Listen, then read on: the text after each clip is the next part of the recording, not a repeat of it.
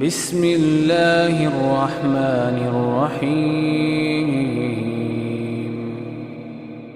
رمضان کی تیاری کا بہت اہم حصہ یہ ہے کہ چاند دیکھنے کی تیاری، کیونکہ نبی صلی اللہ علیہ وسلم نے فرمایا ہے اذا رأیتم الہلال فصوموا واذا رأیتموہ فافطروا فان غم علیکم فصوموا 30 یوما۔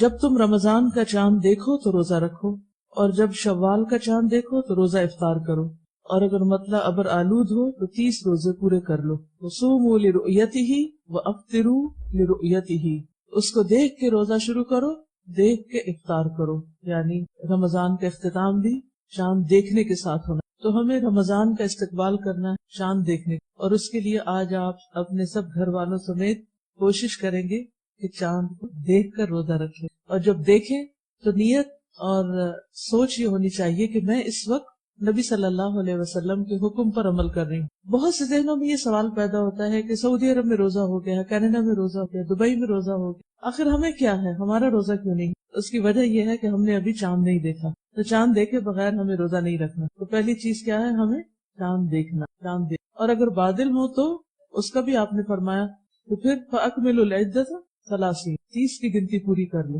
30 کی گنتی کر لو، یعنی شعبان کے 30 دن کر، تو ہمارا 30واں دن شروع ہو چکا ہے۔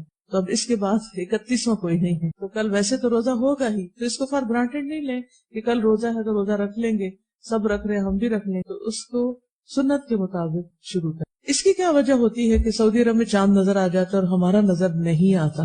ٹائم زون کا فرق ہونے کے علاوہ آپ دیکھیے کہ چاند کب دکھتا ہے؟ جب سورج ہوتا ہے یا نہیں ہوتا؟ نہیں ہوتا۔ سعودی عرب میں سورج ہم سے 2 گھنٹے بعد غروب ہوتا ہے، یہ معلوم ہے نا آپ کو، یعنی 2 آورز کا ڈفرنس ہے، ٹائم ڈفرنس۔ تو 2 گھنٹے پہلے، یعنی اس وقت اگر 7:15 بجے سورج غروب ہو رہا ہے تو ہمیں 5:15 بجے چاند دیکھ لینا چاہیے۔ نظر آئے گا؟ کس کس کو نظر آئے گا 5:15 بجے چاند؟ نہیں نظر آئے گا، لیکن بائی دا ٹائم چاند سعودی عرب تک پہنچے گا تو وہاں کیا ہو چکا ہوگا؟ 7:15 ہو چکے ہوں گے، مغرب ہو چکی ہوگی، اور مغرب سے تھوڑی دیر پہلے وہ اگر چاند دیکھنے کی کوشش کریں گے تو انہیں چاند نظر آ سکتا ہے، جو ہمیں نہیں آ سکتا۔ اس لیے ہمیشہ ہم ایک دن پیچھے ہوتے ہیں، اور چونکہ نبی صلی اللہ علیہ وسلم نے ہمیں یہ سکھایا کہ چاند دیکھ کے روزہ رکھو، اس لیے ہم ایک دن اور موج کر لیتے ہیں۔ مجھے ہمیشہ پاکستان میں ایڈڈ بینیفٹ یہ نظر آتا ہے ایک دن پیچھے ہونے کا، کہ زیادہ اچھی طرح تیاری ہو جاتی۔ لاسٹ مومنٹ تک بھی ہم تیاری کرتے رہتے ہیں، لیکن ساری تیاری مکمل نہیں ہوتی۔ جسمانی تیاری، ذہنی تیاری، روحانی تیاری، کئی اعتبار سے ہمیں تیار ہونا ہوتا ہے۔ اس طرح جب ایک دن اور ملتا ہے مہلت کا تو مجھے بہت غنیمت لگتا ہے کہ اللہ تیرا شکر ہے کہ ایک دن اور مل گیا۔ پھر سوچتی ہوں کہ کیا موت کے وقت بھی 1 گھنٹہ، 1 دن اور ملے گا کہ مزید کچھ کر سکوں؟ تو اس کے لیے مجھے آج ہی کچھ کرنا ہے، اور رمضان کا مہینہ تو نیکیوں کا موسم بہار ہے، اس لیے زیادہ سے زیادہ اپنے بیگ پیک کرنے ہیں۔ دیکھیں جب آپ دنیا میں کسی سفر کے لیے روانہ ہوتے ہیں تو عموماً کیا ہوتا ہے، آپ ایک محدود سامان ساتھ لے جا سکتے ہیں۔ مختلف فلائٹس پر 20 kgs، 25 kgs، 30 kgs کی اجازت ہوتی، کچھ فلائٹس پر 2 بیگ لے جانے کی اجازت ہوتی، کچھ پر اسٹرکٹلی صرف 1 بیگ لے جا سکتے ہیں۔ اب اگر آپ 2 مہینے کے لیے ٹریول کر رہے ہیں تو 1 بیگ میں کیا کچھ لے کے جا سکتے ہیں؟ کتنا کچھ زیادہ نہیں لے جایا جا سکتا، اور بہت سلیکشن کرنی پڑتی۔ لیکن آخرت کے لیے جب آپ کو اپنے نیکیوں کے بیگ بھرنے، اپنے سوٹ کیسز پیک کرنے ہیں، تو کوئی لمٹ ہے وزن کی؟ ہے کچھ نہیں۔ دنیا میں اگر آپ نے کچھ پیک نہیں کیا ہوتا تو کیا منزل پہ جا کر آپ کو مل جاتا ہے؟ مل جاتا ہے۔ مثلاً یہاں سے اگر آپ دبئی جا رہے ہیں تو پاکستان سے زیادہ اچھی چیزیں مل جائیں گی۔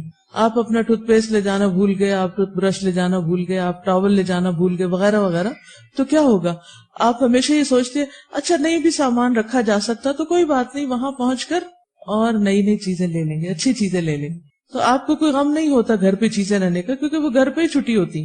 لیکن آخرت کے بیگ میں، آخرت کے سوٹ کیس میں اگر آپ نے چیزیں نہیں رکھی پوری تو کیا وہاں آپ کو کچھ مل سکے گا؟